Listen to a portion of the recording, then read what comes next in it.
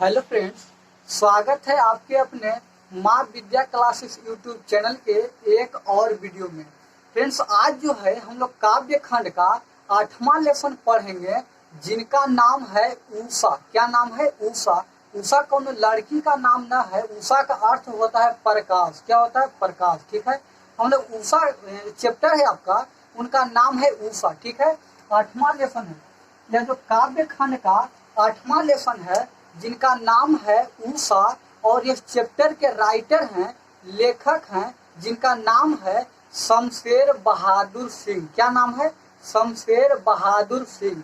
और हम लोग जो है धीरे धीरे करके जो है हिंदी को समाप्त कर देंगे, यानी काव्य खंड को समाप्त करने की ओर पहुंच चुके हैं। ठीक है, इस तरह से आज मैं आपको पढ़ाऊंगा कि पूरी अर्थ जो है वीडियो के लास्ट होते होते आपके माइंड में घुस जाएगा, और आपको जो है वीडियो देखते देखते जो है आपको पूरा अर्थ समझ में आ जाएगा। ठीक है, और आप भी जो है इस जो आपको जो दिख रहा है, इस पूरी कविता को आप भी अर्थ निकाल सकते हैं। इतना आसान भाषा में आज मैं आपको बताऊंगा। ठीक है, तो देखिए हम लोग जो है क्लास को स्टार्ट करते हैं। ठीक है, तो देखिएगा यह जो है चैप्टर 8 है काव्य खंड का, जिनका नाम है उषा। क्या नाम है? उषा। कौन लड़की का नाम न समझिएगा। और इनके राइटर हैं शमशेर बहादुर सिंह। ठीक है, देखिए सबसे पहले जो है हम लोग कविता को स्टार्ट करने से पहले हम लोग जो है इनके जन्म कर्म के बारे में जान लेते हैं कि इनका कब जन्म हुआ था, कब निधन हुआ था। ठीक है, क्योंकि यहाँ से ना अक्सर ऑब्जेक्टिव पूछ दिया जाता है। देखिएगा ये जो आपका शमशेर बहादुर सिंह है, उनका जन्म हुआ था 13 जनवरी 1911 को। कब जन्म हुआ था? उनका जन्म हुआ था 13 जनवरी 1911 को। और उनका निधन हुआ था, यानी उनका डेथ हुआ था 1993। कब? 1993 को। क्लियर? आगे देखिएगा उनका जो जन्म स्थान है वे कहाँ के निवासी। उनका जो जन्म स्थान है देहरादून उत्तराखंड में। कहाँ में? देहरादून के उत्तराखंड में उनका जो है जन्म स्थान है। किनका? ये जो आपके राइटर हैं शमशेर बहादुर सिंह। समझ में आ गया? आगे देखिएगा ये जो इनके माता श्री और इनके पिता श्री, इनके माता का नाम है प्रभु देवी। क्या नाम है? प्रभु देवी ना, प्रभु देवी। क्लियर? और इनके पिता का नाम है तारिक सिंह। ठीक है, लगता है कि तारिक है, लेकिन तारिक नहीं है, तारिक है। क्लियर? इनके पिता का नाम है तारिक सिंह और इनके माता का नाम है प्रभु देवी। समझ में आ गया? आगे देखिएगा इनका जो है विवाह हुआ था 1929 में। कब विवाह हुआ था?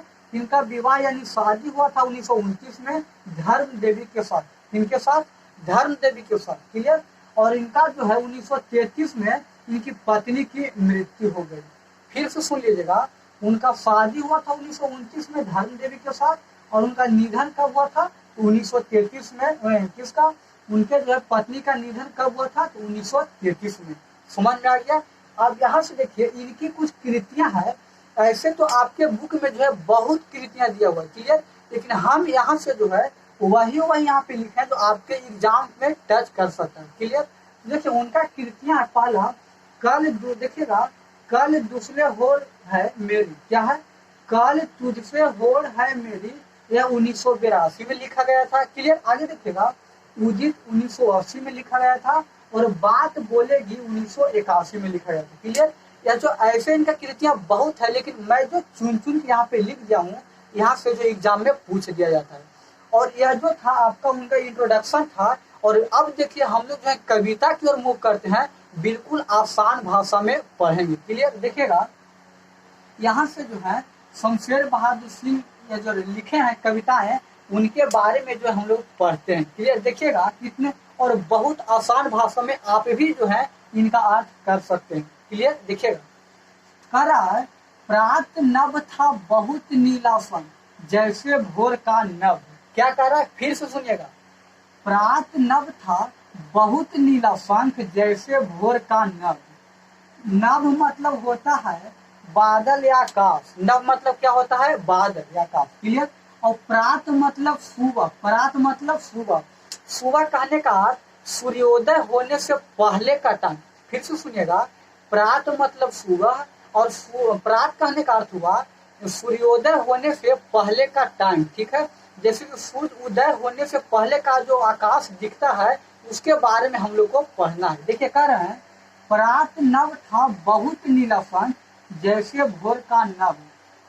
कर ये जो सुबह का जो बादल दिखता था, सुबह में जो आकाश प्रतीत होता है, ऐसा दिखाई देता है, बहुत बहुत नीला शंख जैसे भोर का नभ, यानी नीला शंख जैसे। कैसे दिखाई देता है?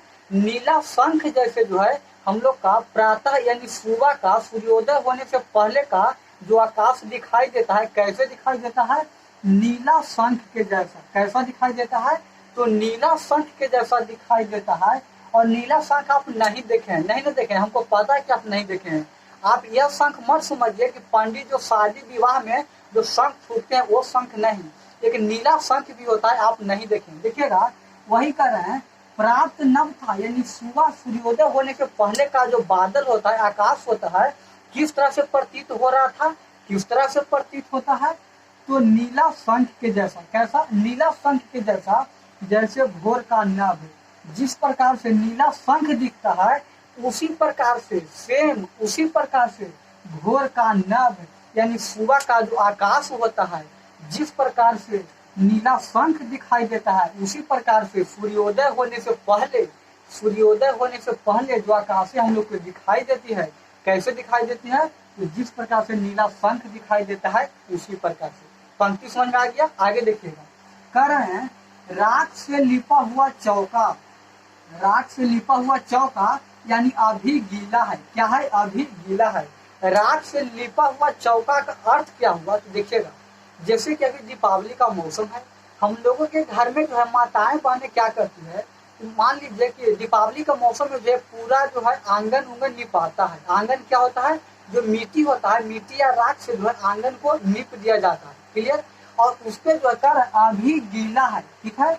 और मान लीजिए आपके मम्मी जो है उस आंगन को लीप दिए जब, और तुरंत उस पर अगर आप चढ़ के जाइएगा तो आपको जो है बोलेगी, आपको मारेगी कि अभी इस पर मत चढ़ो, अभी यह गीला है, ठीक है, और सूख जाएगा, उसके बाद जो है आप इस पर चढ़ सकते हैं।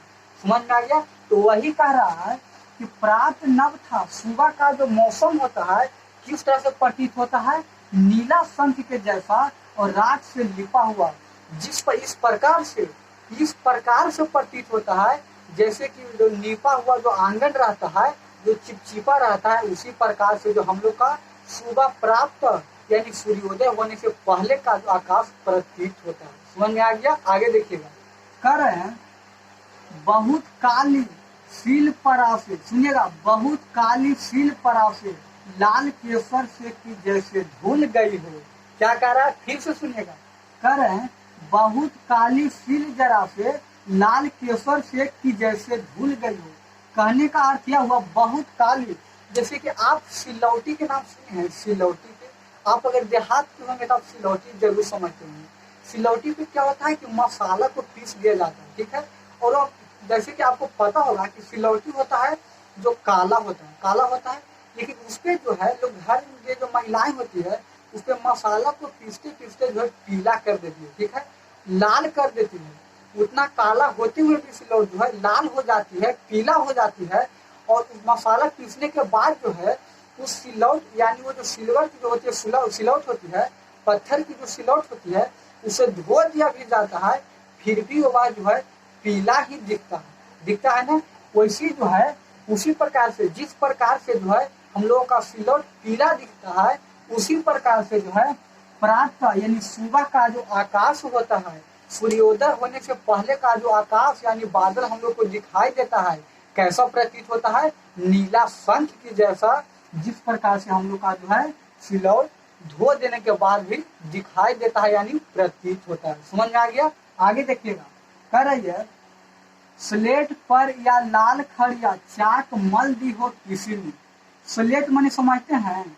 स्लेट मतलब जब बचपन या क ख ग पढ़ते होंगे जिस स्लेट पे, और आप अपने गुरु जी से पिटाए होंगे, थप पिटाए होंगे ना, तो वही स्लेट माने समझ गए। स्लेट पर या लाल खड़िया, खड़िया का अर्थ होता है खल्ली भी नहीं समझते हो, भैंस के देने वाले खल्ली नहीं, खड़ी यानी खल्ली के चौक समझते हैं, चौक, उसी को खल्ली बोला जाता है जो व्हाइट कलर का होता है, ठीक है। तो वही कह रहा है, स्लेट पर या लाल खड़िया चौक मल दी हो किसी ने। जिस प्रकार से बचपन में जो है छोटे छोटे बचपन में नहीं होता है छोटे बच्चे, वह जो है स्लेट पर जो है यानी चौक को लेकर जिस प्रकार से रगड़ देते हैं तो पूरा स्लेट जो उजला हो जाता है, उसी प्रकार से मल दियो किसी ने, उसी प्रकार से लाल खड़िया मल दियो किसी ने। जिस प्रकार से छोटे बच्चे जो है स्लेट पर चौक को रगड़ देता है और रगड़ने के बाद स्लेट व्हाइट हो जाता है, उजला हो जाता है, उसी प्रकार से प्रातः यानी सूर्योदय होने से पहले का जो आकाश यानी बादल हम लोग को प्रतीत होता है। कैसे प्रतीत होता है? लगता है बादल पे भी लगता है कि किसी प्रकार से जो है घसीट दिया हो यानी लगा दिया हो नीला कलर का। जिस प्रकार से बचपन में जो छोटे लोग होते हैं, छोटे बच्चे होते हैं जो स्लेट पर रगड़ देते हैं, उसी प्रकार से सुबह होने का पहले का जो हम लोग का बादल आकाश दिखाई पड़ता है यानी प्रतीत होता है। समझ में आ गया? आगे देखिएगा, कर रहे हैं नील जल में या किसी की गौर झिलमिल देह जैसे हिल रही है। क्या कर रही है? बहुत आसान इसका अर्थ है, सुनिएगा। करे नील जल में या किसी की गौर झिलमिल देह जैसे हिल रही है। नील जल यानी नीला जल में इस प्रकार से प्रतीत हो रहा है, नीला जल में इस प्रकार से जो है प्रतीत हो रहा है, ये खूबसूरत महिलाएं, एक खूबसूरत लड़की की देह जो है झिलमिलाती हुई। कैसे? एक खूबसूरत लड़की की देह जो है झिलमिलाते हुए, थरथराते हुए नहीं, झिलमिलाते हुए प्रतीत हो रही है। समझ में आ गया? फिर सुनिएगा, नीला जल में या किसी की और झिलमिल देह जैसे हिल रही हो। यानी कहने का अर्थ यह हुआ कि नीला जल में जो है एक खूबसूरत लड़की की देह जो है झिलमिलाते हुए प्रतीत हो रही है और हो रही है। क्या हो रही है? और भी हो रही है। आगे कहते हैं जादू टूटता है इस उषा का अब सूर्योदय हो रहा है। और हम लोग यह जो पढ़ रहे थे, शुरू से जो देख रहे थे, सब एक थिंकिंग था, एक जादू की जैसा था, एक जादुई की जैसा था। और यह जो है जादुई धीरे धीरे जो है अब सूर्योदय उगने वाला है और अब जो है सूर्य भगवान उग जाएंगे और हम लोग ये विटामिन दे सकते हैं। इस प्रकार से जो है आपका यह 8वां लेसन भी समाप्त हो गया काव्य खंड का। समझ में आ गया? और मैं उम्मीद करता हूं कि आपको समझ में आ गया होगा। तो कमेंट बॉक्स में जरूर बताइएगा और दोस्तों के पास जरूर जो है क्या करिए, शेयर करिए। और इस प्रकार से जो है आपकी कविताएं समाप्त होती है। आप वीडियो को लास्ट तक देखें, इसके लिए हमारे तरफ से आपको धन्यवाद। मिलते हैं नेक्स्ट वीडियो में। जय हिंद।